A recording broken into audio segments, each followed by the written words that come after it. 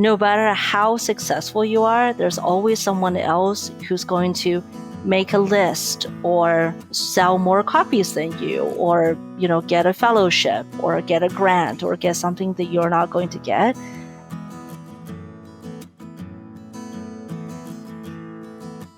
Welcome to Queries, Qualms, and Quirks, the weekly podcast that asks published authors to share their successful query letter and discuss their journey from first spark to day of publication. I am your host, author Sarah Nicolas, and literary agent Sarah N. Fisk. Angel D. Zhang was born in Northeast China and raised in China, England, Canada, and the United States. She was educated in the joint BA-MIA program at Columbia University and is a painter and an internationally exhibited fine art photographer. Angel lives in the Secret Garden near Toronto. So please welcome Angel to the show. Hello. Hello. Thank you so much for having me. Yeah, thanks so much for coming on. We are going to talk about your journey to publication today, and we're going to start kind of all the way back at the beginning. When did you first start getting interested in writing? And then how long did it take before you started getting serious about pursuing publication? I think my case is a little different because those two things happened simultaneously for me. When I was 12, I had a dream. I would characterize it as like a portal story. At this point, it had like going through an archway and surfing down a river of chocolate. It was very juvenile, but so was I. And so I wrote it down and showed it to my teacher, who read it and enjoyed it and said that they had a friend who was a publisher who would publish it when I finished the book. And so for me, the concept of writing and publishing was intrinsically tied from the very beginning. But I read far above my age level. So I was reading like Nabokov and Plato and, all these great writers. And so I knew that my effort wasn't that good and I didn't want to put that out into the world. So I kept writing and never finishing books until I had a book that I wanted to finish. And that was The Light of Eternal Spring, which came out this spring as my debut. Nice. So how did you learn more about the publishing industry, like how it works, how to query, how to go about it, everything like that? I've been at this for a while. So in the very beginning, I actually borrowed a book from the library that had a listing of agents and publishing houses and sort of a basic primer on how to go about it. And I don't know if you remember those. They will come out once a year and be updated. Yeah. So that was my first introduction to publishing, but I didn't really send anything out for a long time. I had friends who were authors, so I heard from them about their journeys. And a lot of them did the traditional way of querying, which used to be that you would send a letter in the mail with a reply coupon or like a return envelope that was pre-stamped. And then you would, if you had a full request, ship off a giant manuscript to the agent and then, wait months and months. And then in between that and then actually querying myself, I didn't really get caught up on how things had changed very much. So I knew the queries were going through emails, but I didn't have the expectation that I think people have as far as timelines and responses. So the first time I queried in 2014, I was ghosted on a couple of full manuscripts. And I didn't think that was strange because I didn't know that that was strange. And I think that actually helped. And then in 2019, I got into the Pitch Wars mentorship program and I was able to learn a lot about publishing through that. Oh, nice. And then what happened? Can you break down for us your journey from then to signing your book contract? Yes, of course. So before Pitch Wars, I had queried again.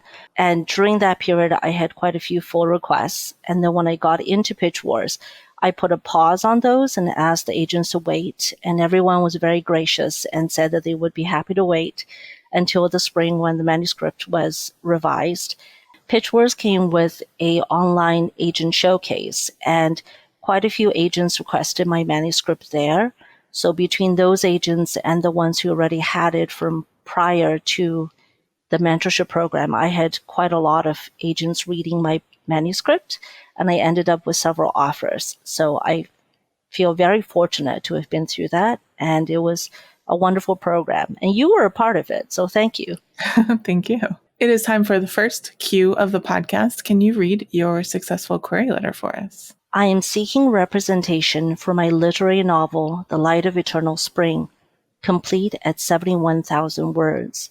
It is comparable to Natalie Tan's Book of Luck and Fortune and My Name is Lucy Barton. The Light of Eternal Spring is a magic realist novel about a photographer who falls into photos and her quest to reconcile with her dead mother. Amy Wu is a Chinese-American photographer living in New York City. She receives a letter that says her estranged mother has died of a broken heart in China. Amy's new photos are all out of focus. People on the street and things beyond the next doorway coalesce. Amy fears she is going blind from grief. Unable to reach her family for details of the funeral, Amy seeks her mother in memories, in stories, in photographs, and a journey home to China. Eternal Spring lies in the tri-border junction of northeast China, Siberia, and Korea. The village has risen into a town, but her family is still there. Her best friend's sage grandfather, her aunt who is eternally seeking love, her father, the failed artist. Her mother is there too, a whisper on the wind of memory. The artistic ambition that tore Amy from her mother may ultimately be the only thing that can reconcile them and allow Amy to see clearly. I am an internationally exhibited photographer, educated in the joint BA-MIA program at Columbia University. Excerpts of this MS have been awarded 9 writing grants. I am a Pitch Wars mentee. Thank you for your time and consideration. Awesome. Thanks for sharing. How has your experience been since signing that first contract? Especially let us know if there were any surprises along the way. I've been very fortunate in that I've had a very supportive publishing team. My editor absolutely saw what I was trying to do with the book immediately. And when it came time to edit, she was all about supporting my vision for the book instead of imposing her notion of what she wanted the book to be, which was very important to me. And in fact, that was one of the reasons that I chose the agent that I did, which was that he also understood the story on a very deep level. It's a short novel. It's only 230 pages, but I very consciously structured the book in the shape of a fractal so that there are Manchu stories inside of Chinese stories, inside of Western stories, inside of this story. So despite the brevity of it being 230 pages, there were a lot of ideas presented. And the 2 key ones that I wanted to get across was, one, the story of a mother-daughter relationship. And on the other hand, it was very important for me to get across some ideas about what it means to be a female artist in our world, about the importance of art to Amy's life and her career choices, and also sometimes the costs and the burdens that artists have to bear, especially women ones. Nice. And also, you had a quite interesting experience. You got to record your own audiobook. So how did that happen? I did. It was actually really exciting. I'm an avid audiobook listener, and I would sometimes just work in the garden and in the course of a day devour 1 or even 2 audiobooks if I'm out there from sunrise to sundown in the summertime.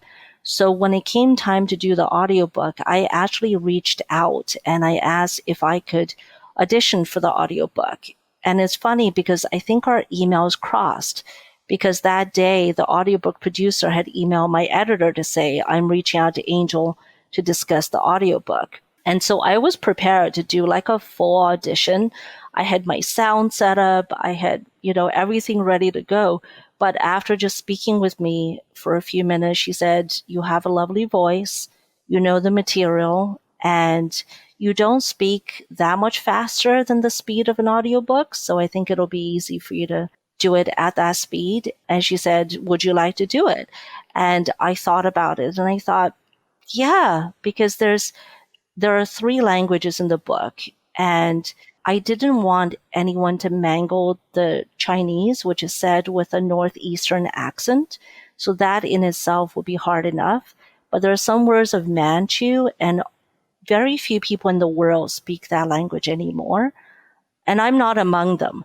But if someone was going to mutilate that, I would prefer it was me and not someone else. And I think also many years ago, a writer friend has said to me that the best way to edit is to read aloud because the ear catches things that the mind does not. And so by the point that we had a final manuscript and we were going to record the audiobook, I had already read that book out loud probably a dozen times. And I knew where the commas were. I knew where to breathe. I had written it with a view to how it would sound aloud. So it made sense for me to be the audiobook narrator. But then I had the prep session and my director said, eat lunch about an hour before so there's no rumbling noises. Don't wear any clothing that has like bling on it, no embellishments, no earrings. And I looked at my wardrobe and everything I have has like tassels or rhinestones or like 15 zippers. So I was like, wow, I'm actually like a country music singer and I had no idea. So in order to wear only natural fibers, I actually rolled into the recording studio at Penguin Random House, Canada in my pajamas, which I knew for sure was 100% cotton. They thought it was hilarious and it worked out really well. And I got to have some really fun Instagram posts of me in the studio wearing my pajama top and recording my audiobook. It was a great time. That's great. Yeah. All right, it is time for the quick round. I call it Author DNA. Are you a pantser or a plotter? Pantser. Do you tend to be an overwriter or an underwriter? Both. I write the things that are unnecessary and I cut them, and in the end, I end up with a short book. Okay. Do you tend to write in the morning or at night? Night. When you start a new project, do you typically start with character, plot, or concept first? I start with theme, which I know is unusual, but it gives me something to think about without a destination, and then everything evolves from there, which is how I pants. Do you prefer coffee or tea? Tea. When you're writing, do you prefer silence or some kind of sound? Silence. When it comes to the first draft, are you more of a get it down kind of person or a get it right kind of person? I want to be a get it down kind of person, but I'm a get it right kind of person. What tools or software do you use to draft? I was using Word for the longest time, but lately I've been using Scrivener, and its most useful feature for me, I don't use 90% of the features, but for me, the best thing is being able to drag the scenes around and change their order at will, which I will sometimes do daily. Do you prefer drafting or revising more? I enjoy both. Do you write in sequential order or do you hop around? I hop around. And a final quick round question, are you an extrovert or an introvert? I'm an ambivert. Okay. So now we're going to talk about the second Q of the podcast. On your journey, what were some of the qualms or worries that you had? And do you feel like they were realized or you overcame them, or how did they shake out? I think my first qualm was that when the book was out in the world, readers wouldn't necessarily get it.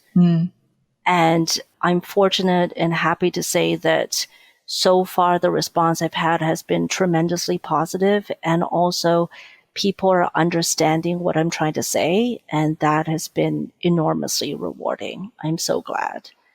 And my second qualm is that I had spent years building up a social media following, and unfortunately I did that on Twitter. And Twitter imploded right before my book cover reveal. So I then moved over to Instagram, and I'm happy to say that people on Instagram have been very welcoming, and I've made some great friends there. But that was something that I did worry about, was that I had spent literal years building friendships and acquaintanceships and relationships. And I was a part of quite a few groups on Twitter, like the 5 a.m. Writers Club and the Writing Challenge of the Month. And all of a sudden, most of the people I knew online were no longer there. So that was a worry for me. But I think it's worked out all right. And the last Q of the podcast, do you have any writing quirks? Is there anything about your writing process that you think is kind of different or interesting or unique?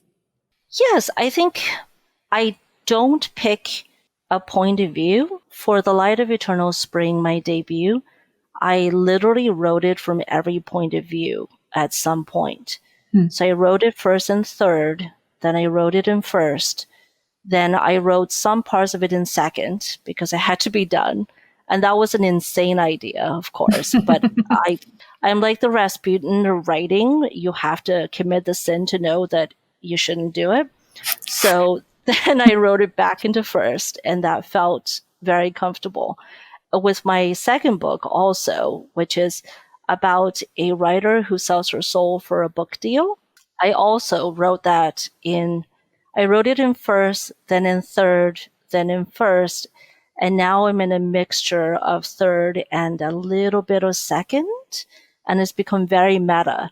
So I have no idea what it's going to be like ahead of time, and that keeps it interesting for me and hopefully interesting for the reader as well. That is very interesting.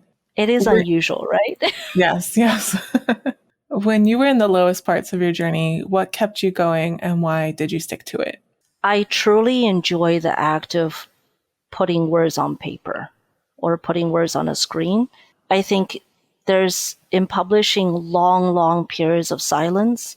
Sometimes nothing will happen for, it feels like forever. But for me, the joy I get from writing like a perfect sentence or getting a scene to work that hasn't worked is tremendous. And I think I, in my mind, separate writing and publishing, even though the concept of both occurred to me at the same time when I was 12. When I write, I try to think of the book as its own thing, and it belongs only to me. And so it can be anything it wants to be, and it can be anything that I want it to be, without thinking about, oh, is the market going to be okay with this? Is it weird to have a book that suddenly jumps into second person, for example?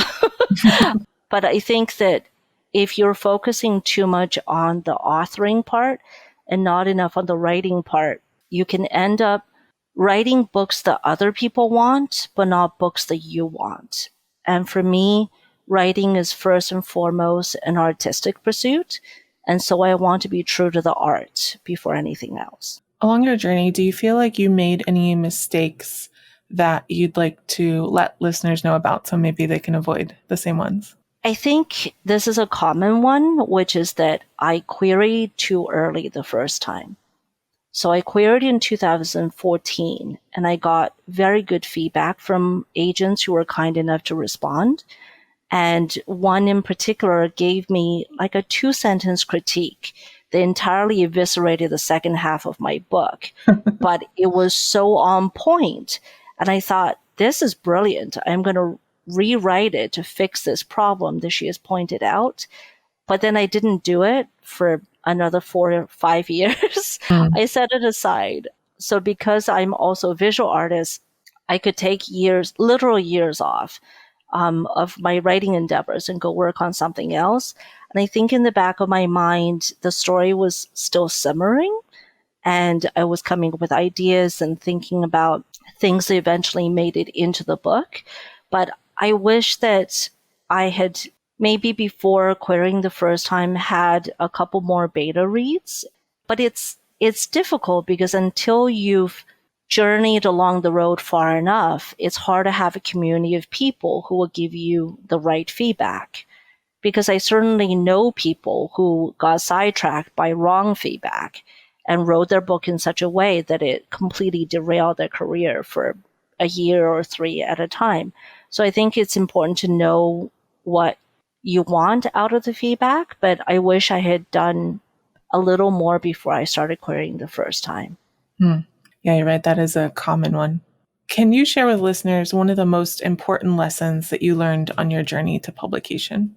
Eyes on your own paper. Writing is, and publishing especially, no matter how successful you are, there's always someone else who's going to make a list or sell more copies than you, or, get a fellowship or get a grant or get something that you're not going to get. And they're probably looking at you and all the things you got that they didn't get and thinking, oh, I wish I had those things. So I think it's important to focus on what you want out of the journey, and then also be happy when you get those things instead of just thinking about all the things you didn't get. Yeah, for sure. All right. I call this the acknowledgements portion of the podcast.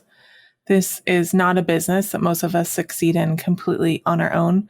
Who are some of the people who helped you along the way and how?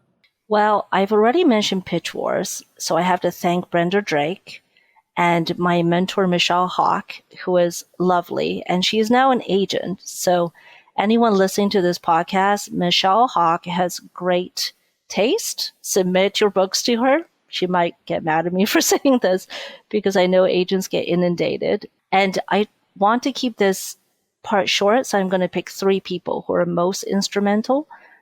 My best friend, Mirav Hoffman, has been reading my work and editing it since I was 13, since I spelled champagne, Shampain. And she has just been absolutely wonderful. And she's been with me the whole time. And I cannot thank her enough. I adore her. I want to thank my agent, John Michael Darga, who is just the loveliest human being. He is full of goodness and also brilliant at editing and has great business acumen. I'm so glad that every day he is my agent. And my editor, Anne Collins at Penguin Random House Canada, she saw immediately what I was trying to do in the book and asked the best questions to bring out some of the things that were in my head that had never made it to the page. I tend toward less exposition, and in some places there just wasn't anything. So she was able to tease out exactly what I wanted to do, and I think the book is much better for it. Awesome. Can you tell us about what you're working on now? Yes, I am working on my second book, which is about a writer who sells her soul for a book deal. I cannot stress this enough. It is not autobiographical. Just like my first book was not autobiographical about a photographer who falls into photos and her quest to reconcile with her dead mother. I've gotten that question more often than you might think. So I always say not autobiographical. So I'm actually having just a grand time working on my second book. It's wild, it's fun, it's still magic realist, but it's different enough from my first book that I've set myself some really interesting technical challenges and some different point of view. And there are multiple points of view in sections, and I'm just having the best time. And also in the wings, I am cooking in the back of my head on my third book, which is about a painter. And the concept is that the 3 of them, and actually all of my stories, take part in the same fictional universe. And the first 3 are connected tighter than the rest of them because they are all about a woman artist. So the first one is about a photographer, the second one is about a writer, and the third one is about a painter. And I do all of these art forms, and I think in part it's about me wanting to investigate how they are different from each other and what the demands of each art form are. And also, I want to make a case for women being valued for what our minds can do and not just what our bodies can do. Because so often, even now in the year 2023, we identify women as someone's mother, someone's daughter, someone's cousin, and we don't talk enough, I think, about the choices that we make for ourselves in professional areas. So maybe someone would like to be identified as an artist or a lawyer or a teacher first, or in addition to the other roles that they have in their lives. Awesome. Well, Angel, thank you so much for coming on the show and sharing your story with everyone. Thank you, Sarah. This has been wonderful. Yeah. Thank you so much for listening to this episode of Queries, Qualms, and Quirks. You can find the text of Angel's query in the show notes, along with links to find out more about her and her book. If you enjoyed the show, I'd appreciate if you'd help me find new listeners by leaving a review, telling your friends, or sharing this episode on social media. If you're interested in supporting the show, go to patreon.com/Sarah Nicolas. That's Sarah with an H and Nicholas with no H. And if you're a published author interested in being a guest on the show, please click on the home base link in the description or go to sarahnicolas.com and click on the podcast logo in the sidebar. Thank you so much for listening, and we'll see you next time.